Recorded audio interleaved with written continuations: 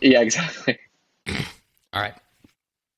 Elevation Nation, for those of you who have listened to over 150 episodes of our podcast so far, you will know that I have a newfound obsession. And no, it is not me making homemade pickles, even though that is something that I did start doing the other day.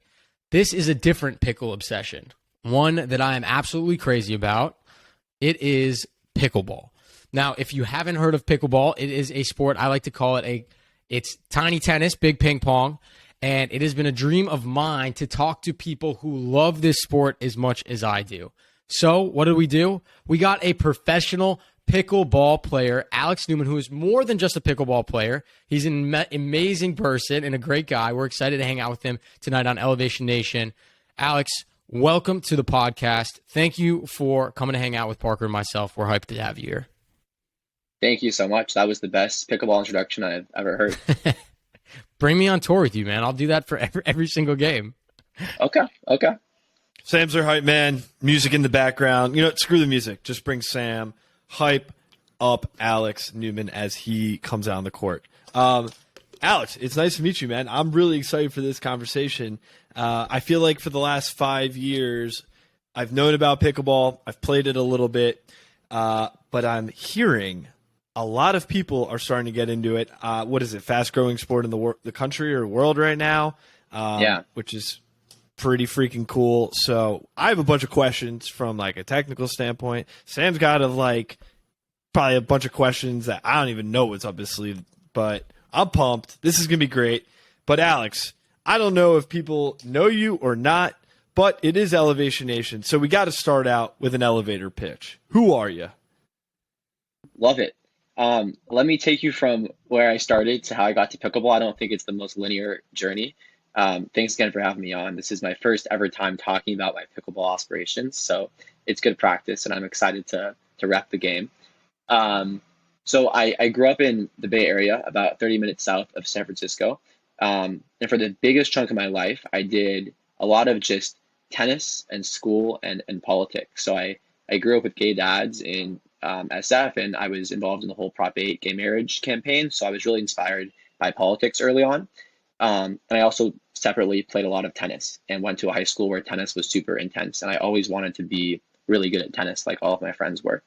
And being so into politics and finding that passion for gay rights, I think made me only want to do stuff in the future that made me feel that similar level of passion.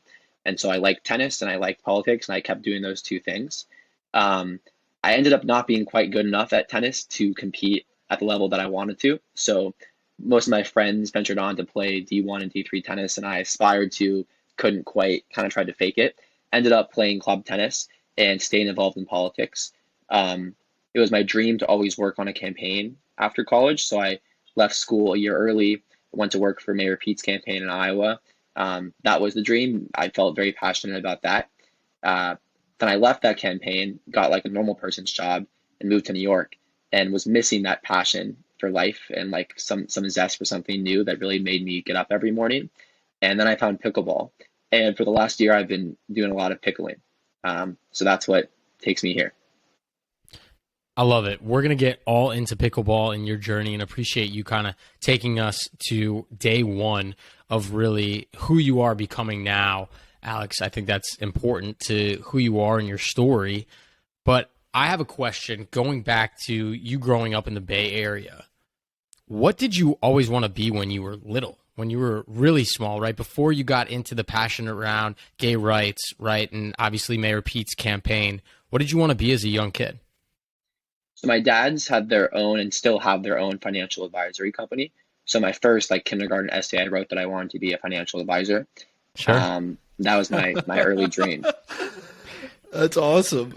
It's so realistic. Like for a young kid, it's always funny. They either go with like what their parents are, because that's what we know and they're our biggest heroes, or we pick something that is so not feasible that you're like, oh, that's a cute little kid. Like, I want to be a basketball player. I'm 5'8".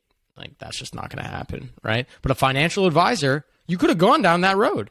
I guess, when did that switch for you? It was almost too practical. I think the first time that one of my high school friends mentioned an interest in actually pursuing finance was when I realized I never wanted to do anything remotely similar to that again. So you get a little bit older, you dabble in politics, you dabble in some tennis, you realize, wow, tennis, I love it to death, but I'm not going to be able to play it in college. You get to, I believe, Northwestern, right? What you said you played tennis at Northwestern. Was pickleball even a thought at that time? Like, what was life for you in college like? No, so the first time I ever heard about pickleball was my senior year of high school, like sort of like senior spring when everyone is done with classes, you get the chance to do a senior project.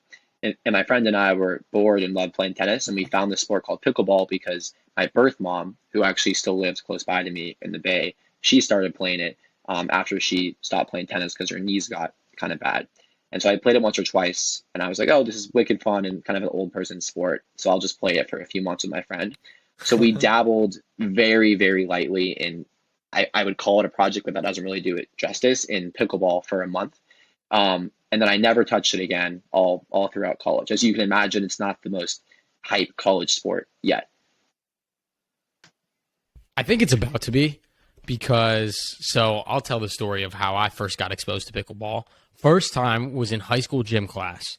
We were like, what is, I thought it was a fake sport that was like one of those high school gym class sports. They make up rules. They have their own weird equipment. It fits for a lot of people to play inside a gymnasium. I was like, all right, this makes sense. It's a fake sport for gym. Then my parents moved down to Savannah, Georgia, and we pull up and I hear this around the corner. I'm like, what the hell is that? We round the corner. There are 12 spotless professional pickleball courts under the bright lights with people of all ages playing. I was like, oh my God, that is pickleball.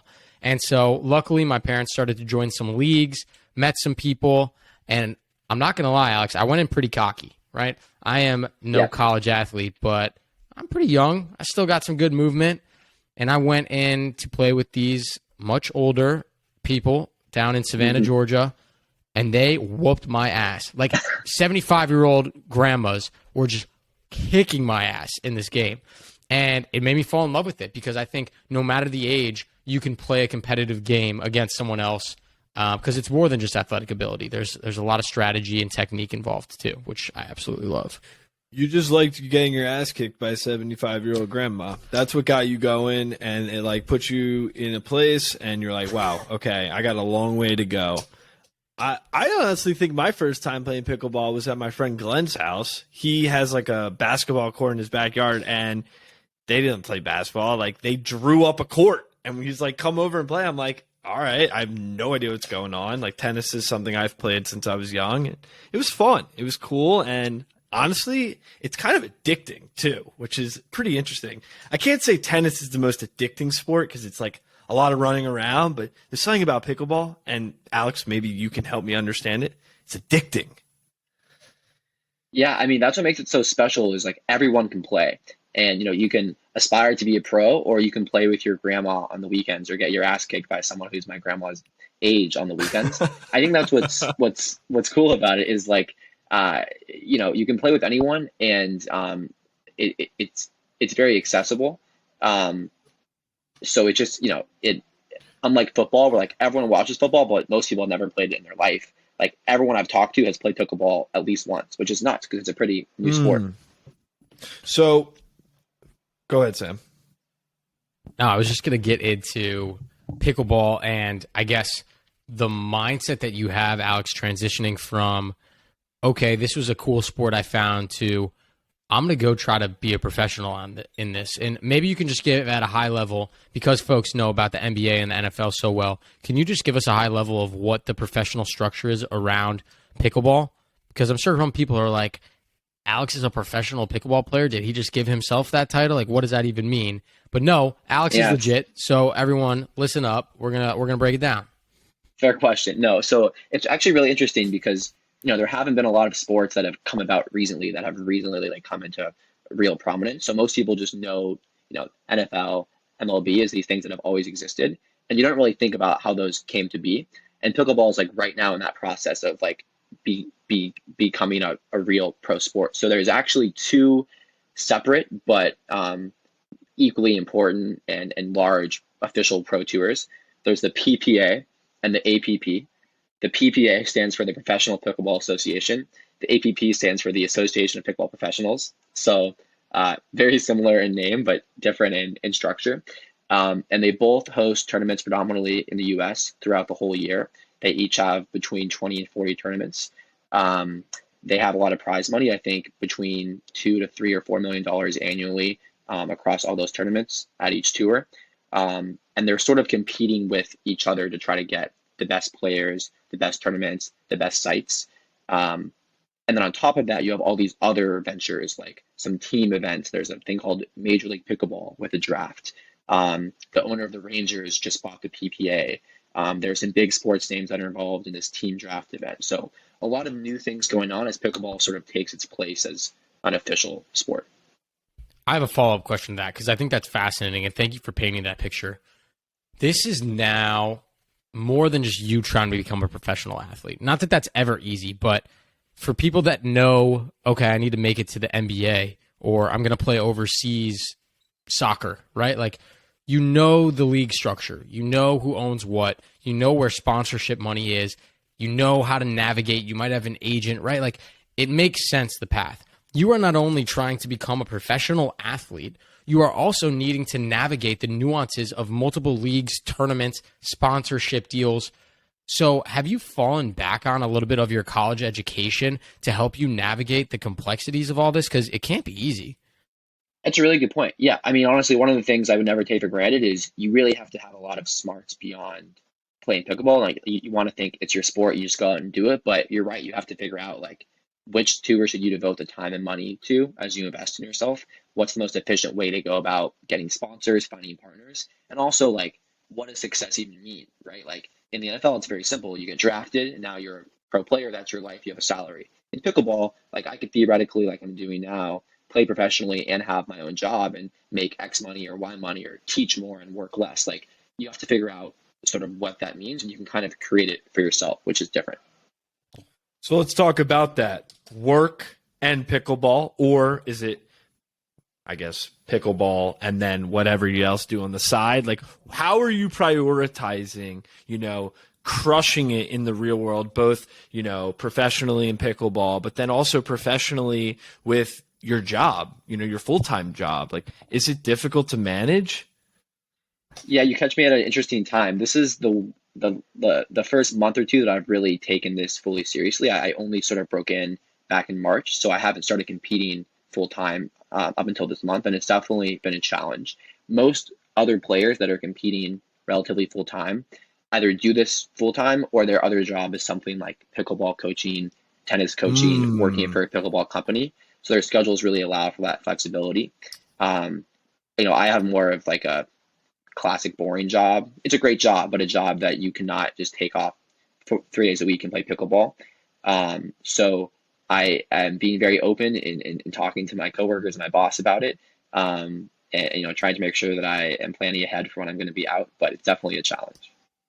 And so when you first came to them, I guess a month ago, and said, hey guys, you know that thing I've been spending my time on the weekends doing? When they asked, hey, how was your weekend, Alex? Oh, I played pickleball in Stuytown, and you guys thought it was a hobby?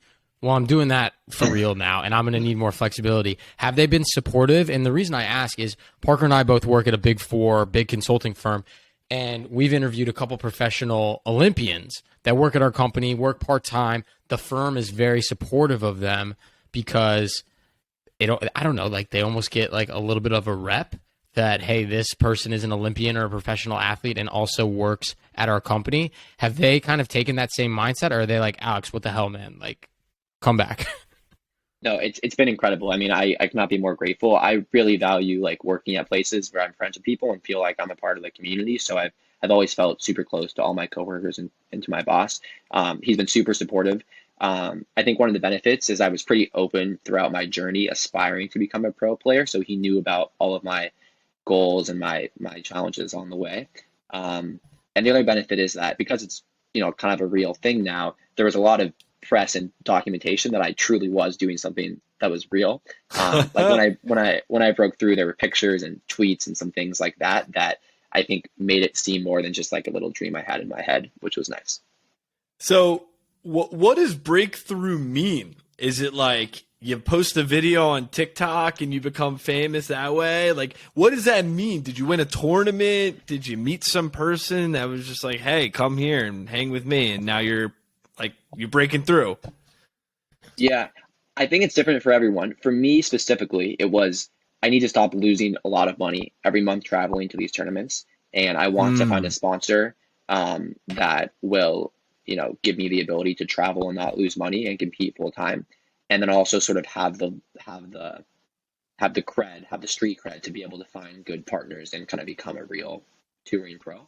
So for me, that meant, yeah, back in March, I moved to Florida for a month, worked from Florida, rented a room in a random lady's house, and played 4 tournaments back to back that were like all very easily located in the state of Florida, which is not common on the tour. I just lived alone and grinded and then played these 4 tournaments and was hoping for one big run. I was only playing singles because no one knew me yet. So I didn't have any doubles partners. So I spent 4 weekends just playing 4 days, 1 day each week, just doing singles. And the third tournament, I entered my first PPA tournament, which is one of the 2 tours. I had only played the APPs before. So I had no seed in the PPA. And the PPA generally has a little more like glitz and glam and like cameras and fans. So I was like the 38th seed in the singles draw at this really big tournament. And I made it to the semifinals and beat a lot of like the big signed names. So that was breaking through. And through that, I got a sponsorship. I found doubles partners. I started to really become, more part of the scene. You're allowed to give a sponsorship plug now if you'd like. Feel free. I got you. Carbon Pickleball. Could not be more pumped. They were the only brand back in the day when I was grinding to even give me free paddles and offer me some support. They were also sort of an up and coming brand, like I was a newer player. So they were the most sense to sign with after I had my good run. Shout out Carbon Pickleball. We will link to their immaculate paddles and equipment in the podcast description. If you're looking to take your pickleball game to the next level, you know where to look. That's incredible. And I bet Parker doesn't know this. I'm going to give a shout out. Parker and I are both Terps, graduates of University of Maryland, College Park, and the number 1 pickleball player in the world is a Terp. So just graduated. Ben Johns, right? Really? Yeah.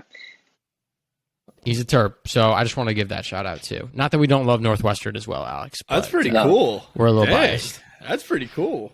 So how you live in New York City, how are you practicing?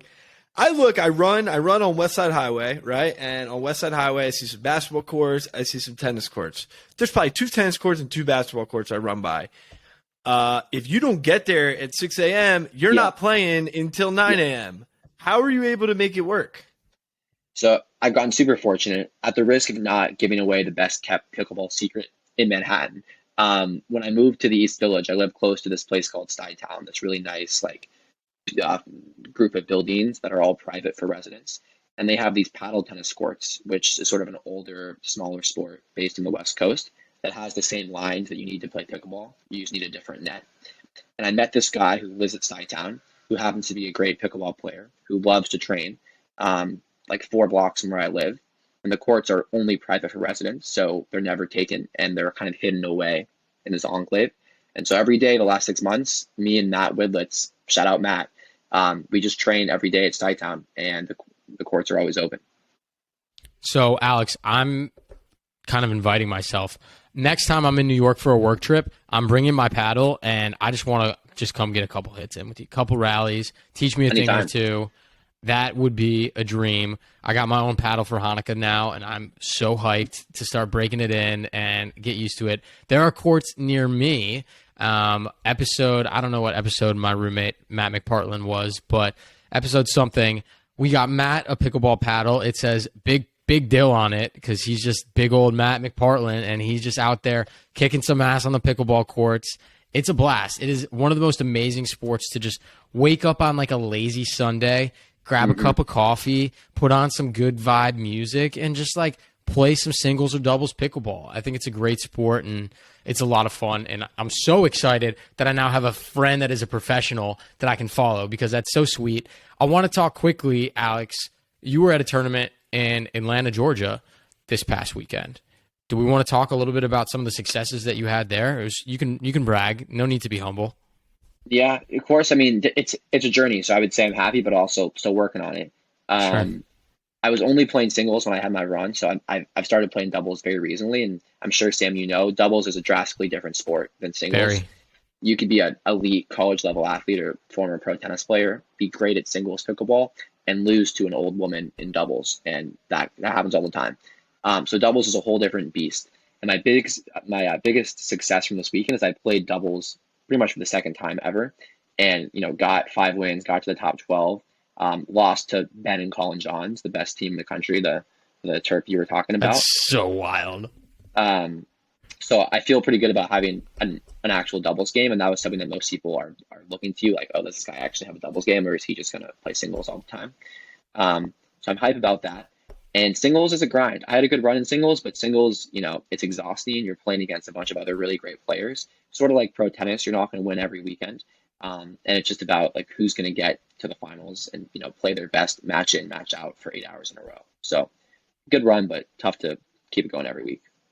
And when you're traveling to Atlanta and all over the country for these tournaments, so we interviewed a guy, a friend of Parker's, now a friend of the podcast, who is on like the PGA Tour Latin America. And he was telling us how, because these guys, don't have sponsorships really and aren't making a lot of money, a lot of the dudes like scrouge together some money with their caddies and like get an Airbnb and all kind of like sleep in a big house together. Is there that similar camaraderie on the tour? Are you staying with family friends? You got a place to stay in Savannah now if you ever need it, by the way, but what's the deal with that? Absolutely. I mean, most people, if they don't have sponsors, and even folks who do, are always trying to save money. So they're saving, they're going to live with friends. They're going to stay in Airbnb. I've been trying to plan my schedule around places that I know I have places to stay. And also it's just a great opportunity to catch up with friends I haven't seen. So I had a friend in Atlanta. I had a friend in St. Louis 2 weekends ago. I'm going to go out to SoCal next month. I have a place to stay there. So that's why I'm doing it. But there's always someone sleeping on someone's couch or someone driving in that day without a plan yet who figures it out once they get to the court. So definitely that's part of the thing. It's incredible. I mean, it's so freaking cool because, I mean, like for you, how old are you? Like 25, 26? 23. Right? Or 24, 23, whatever. You're young adult. And like, what's so cool about it is like, who's the oldest pro on the tour? Like, how old do people get? That's what's cool is like, it's as young as like just out of college, or there are some great teenagers playing. There are some great former pro tennis players who are like 35, 40 that are still kicking ass. Yeah. Really? Okay. So they're former pros who just, they want to try something new. They see the hype around it, but they're also intrigued by the sport. Are you ever like playing in, an area or a location? Maybe it's Stuytown, maybe it's another place you're practicing at, and you're just turning heads. Like people are like, what are they playing and why are they so freaking good at this? Yeah, I would say like it's funny because pickleball is a sport that everyone plays. So like tennis, at least you're usually on the court and like the people there know how to play, because it's kind of hard if you don't know how to play to like get on the court and have a good time. With pickleball, usually you're just, there's a group of friends, a family, some older folks. I've started to notice more recently that people like really notice and don't expect pickleball to have like an advanced level even to begin with. Like they haven't really seen pickleball in its real form. So that happens a lot. And especially at tournaments, like most of the folks who come to tournaments are just fans who play a lot on their own. And it's funny because, pickleball athletes to them, like to the 6-year-old person who lives in Atlanta, are like Steph Curry is to me, like we are like the elite level of sport for them. And so they'll see Ben Johns and ask for a picture, ask for an autograph. It has that same level of sort of like celebrity status to those folks. If I saw Ben Johns, I'd ask for an autograph. I mean, I'm just hyped that you're here hanging out with us because, again, I think pickleball is one of the most amazing up-and-coming sports, and I'm so lucky that I get to play it with my parents, which is probably the reason why I love it so much, is it allows me to connect with them and give us an activity. But I have a little bit of a deeper question, Alex. As we like to get super vulnerable here on the podcast, you've now taken this leap of faith to take this a little bit more seriously, right? Which I commend the shit out of you for. That's incredible, and that's never easy. How have you been kind of battling any self-doubt that you might have had entering some of these tournaments, or, I'm just a I didn't even play college tennis. I have a real job. Like, maybe I shouldn't be doing this. Have those negative thoughts come into your mind, and how have you dealt with them? Yeah, it's a really good question, man. I had a lot of that up until I think I had my big breakthrough, where I was just sort of doing this as a pipe dream and thinking like, this is too fun to not give it a chance. Like, if I had the chance to play some sort of pro sport that I love doing, like, what a crazy thing, you should give it a try. But the whole time I was thinking, am I really good enough? Everyone else here was better at tennis than I was. Like, what am I doing? Like, traveling alone to some random middle of nowhere place in Florida to play pickleball, like when I could be in New York dancing with friends at a club. Like, this is pretty crazy. And I wasn't doing terribly, but I wasn't breaking through and winning. I was losing a lot too. So the whole time, I think I just was too addicted to the process to let the self-doubt like intrude enough, but it definitely was there the whole time. And I felt a ton of pressure, and I was always finding ways to second guess myself.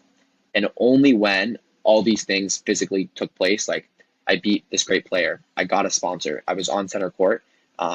Next week, there's a tournament where they have the tennis US Open, and I'm playing doubles with a former pro tennis player who played Rafa Nadal in the real US Open. And we're Wow. doubles partners.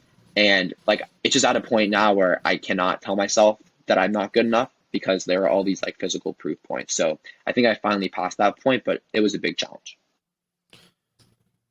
I mean, I feel like one thing to wake up and you like realize and understand it. Like, they wouldn't put me in this place, right? I wouldn't be playing with this person unless I was good enough.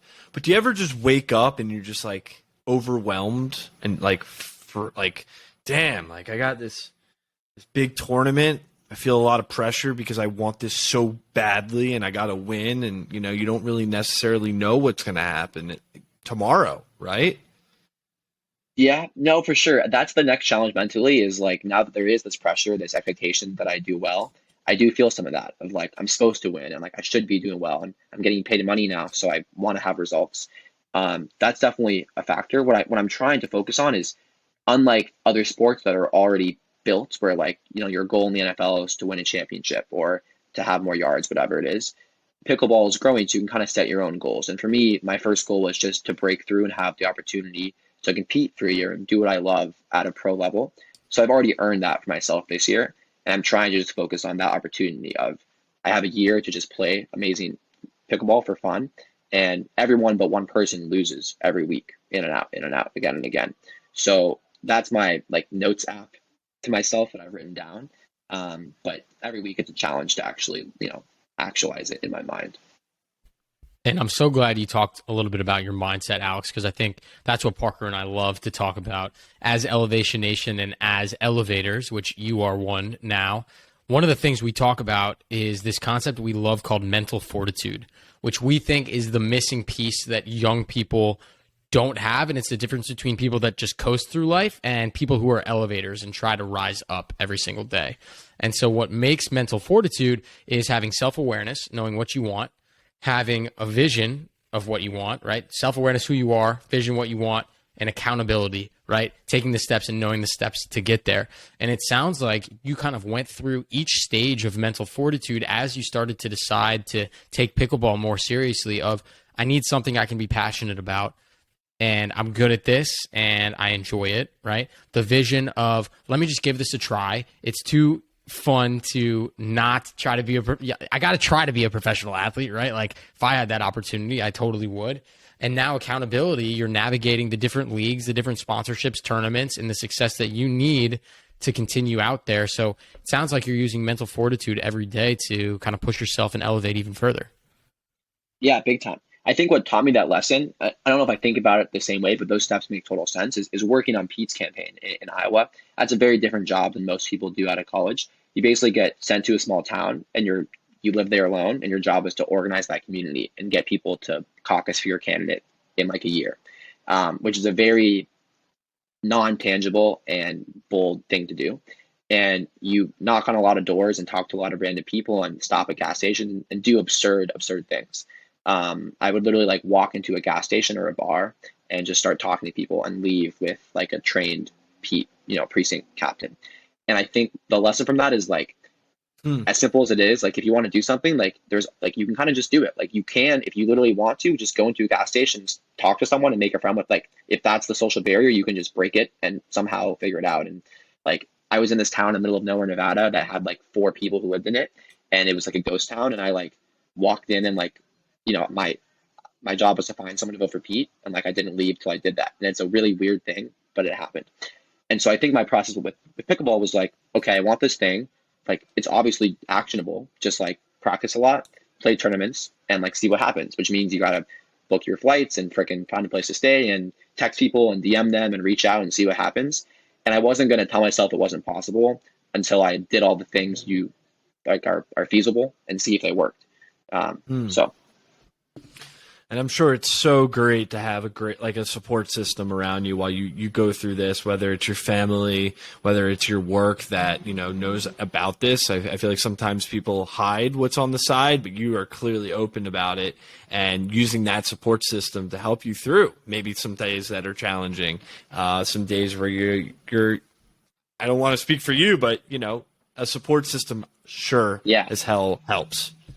Totally. I mean, one thing, just privilege wise, like I couldn't do this if I was losing money and didn't have an income. So I think you don't see a lot of people like me, although there are some that like are risking their financial success or putting that, in a worse state to play pickleball. I have that backbone if I need to fall back on it.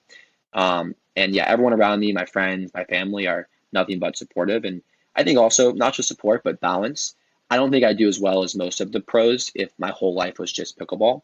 And so I think the balance of having other priorities and knowing what deep down is important to me made me never put too much pressure on it to where I would, fault and get way too nervous and just break down. That's a really, really smart point there of having other things that are important in your life allow you to play probably way more calm, which is very important. So I got another question for you, Alex. I would be upset if I didn't get a chance to ask you this. I'm a pickleball beginner. What is a tip that will help me take my game to the next level so I can stop losing to 65, 75-year-old grandmas and I can start kicking ass down in Savannah, Georgia? Please help me. I'm tired of getting embarrassed. What do you got for me? Yeah, so you got to learn to love the kitchen. I don't know if you're familiar with the kitchen. Okay. But that's basically what makes pickleball is there's this zone in the center of the court, a small area by the net that you can't step into. You can't cross that line if the ball hasn't bounced, which basically means you can't hit a volley if you're too close. You have to let the ball bounce. And that one little rule creates all these angles, all these differences, all these changes that totally structures the game and the strategy. So no matter how fast you are, how powerful you are, how good you used to be at tennis, if you don't play the game according to taking advantage of this kitchen line, you aren't going to win. And so learning to hit balls that fall into the kitchen or that can like take advantage of your opponent's inability to step in the kitchen is the only way you're ever going to win points against decent players playing pickleball. It's great advice. It was one of the things that Matt McPartland was getting frustrated with when he first started playing pickleball was when he can and can't step in the kitchen. But now that he knows the rules, he's pretty dangerous. So there you go. I appreciate that advice. It's hard to hit it in the kitchen. It's like it's difficult, because the angle's really not there for you unless you're close to the net. Or it's just difficult. If you're in the back, it's almost impossible, right? 100%. I mean, that's actually a great point. Even at the highest level, it's a pretty weird thing to have to hit a perfect drop shot, right over the margin. And if you hit it too high, they crush it. And if you hit it too low, it's in the net, you lose the point. The top pros make it look easy. But what I've been learning is, honestly, I don't love it. I like to drive. I'm a big power player. And I've resisted it as much as I can, even though I just gave you that advice. What I learned the last few weekends is your only job is to eventually drop it in there, right? You can stay back for as long as you want. So I hit a lot of my first and second and third shots pretty hard and just wait for an easier ball that is then much more easy to drop into the kitchen. And then you're golden. I think most people feel this pressure of like, I got to hit a perfect shot on my first return. You got all the time in the world to drop it in there. That's great advice. I hope that there is a tournament in Savannah, Georgia at the Landings in Skidaway Island at some point so that I can come down and watch you play and impress all my parents' friends by hanging out with a professional pickleball player all day. But I'll bring you in as the ringer, Alex, into our Thursday night tournament that we have every Thursday cool. down there. People won't even know that you're a pro, and I'm just gonna be like, "Oh, it's my friend Alex." Then you're gonna kick everyone's ass, and it's gonna be sick. Is there all money? There's no money, but dinner is after, and it's delicious. Nice. So Great. that's always important. It's a casual game. All right, on to our rapid fire question. We got the first one for you. We mentioned a couple places that you've played pickleball, but I want to know, what is your favorite environment, your favorite place you've ever played pickleball? This is going to be a little bit generic, but I got to say just center court at these tournaments. It could be in the middle of nowhere. It could be at some big fancy facility, but there's nothing like, the official experience, which I had never experienced before, of like walking on to music and people are cheering you. There's an announcer, there's a stream going on. When you take a timeout, like music turns on for the commercial break. Anytime I'm on center court, I feel like the man and I play a lot better. So it's got to be that. Love that. Showing up when it matters the most. Not that the other times don't matter, but center court is where it's at. You know you're in the right place when you're there. All right, Next rapid fire. I don't know if you have any time outside pickleball and your full-time job, but we like to ask, what is your favorite book or one that you're reading now that you would recommend, Elevation Nation? Great. So I actually started reading again this year after not reading for a while. My work gave me a gift card. This is a very convenient question. I'm reading this great book right now. It's called The Last Night at the Telegraph Club. I grew up with gay dads, and also my birth mom was lesbian. And there's a really interesting and not as talked about like lesbian sort of community buildup that happened earlier than the gay rights movement in the 1960s. And this book is about two girls that fall in love in SF in the 50s, back when like that wasn't really even a thing. And so it was hard to like even know who you were because there was no community that was like you. And it's fascinating. So Last Night at the Telegraph Club, great book. That's awesome. It's so fun asking that question to Elevation Nation and all our guests because we get so many awesome books that Parker and I can add to our list. So if you look at our Goodreads profile, we have a lot of books in there saved that we'll have to read. So we'll absolutely add that one. Alex, I know we gave you an opportunity to plug your amazing sponsor, but I'm going to allow you to do it again. This question is, what is your favorite pickleball paddle? Favorite paddle, got to be the Carbon Model 1. The reason being, for tennis players, you like to have a feel that feels like pickleball or that feels like a racket. And a lot of paddles feel kind of stale. This paddle feels like you can hit with power, your same strokes, spin, power, slice, the whole 9 yards. And it feels really similar in your hand to a tennis racket. So Carbon paddles all the way. And Carbon, if you're looking to sponsor a podcast, I would absolutely love a paddle, and we'll totally shout you out at the end of the podcast. There you go. So let me know if anyone from Carbon's listening. We would love to try one of these incredible paddles. All right, last rapid fire. I don't know if it's a rapid fire or not, but I had to ask it. Okay, let's have a scenario in our head right now. No one knows about pickleball but you, Alex, right? You're the only one with this amazing sport. You've done it. It's a great idea. It's in your head. You walk into Shark Tank, and you're trying to pitch the Sharks on what the hell paddleball is. How are you breaking it not down to them? paddleball. Oh, sorry, First, pickleball. Oh, my God. Sorry, pickleball. How are you breaking it down? That's a big question. You know what I would say probably is this, which is a little bit meta, but we're in an age right now where entertainment and sports is very focused on people observing other people doing things. Like even like WWE, like people get entertainment from going and not moving, but observing other people do entertainment.